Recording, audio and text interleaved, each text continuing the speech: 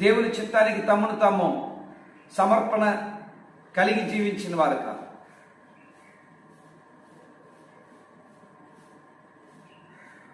దేవుని మీద తిరుగుబాటు చేసిన వారు, వారి శరీరంలో పుట్టిన కోరికలను నెరవేర్చుకోవటానికి పరుగులెత్తిన వారు, భక్తిహీనులు అన్నదానికి పేతురు గారు చాలా స్పష్టంగా ఆనాటి కాలాన్ని గురించి మాట్లాడుతున్నాడు. పూర్వం నోవాహు దినముల్లో భక్తిహీనుల మీదకి దేవుడు జలప్రలయాన్ని రప్పించాడు. అది భక్తిహీనుల మార్గం, దేవుని మార్గము కాదు. ఆదికాండం మీరు 6వ అధ్యాయము 6వ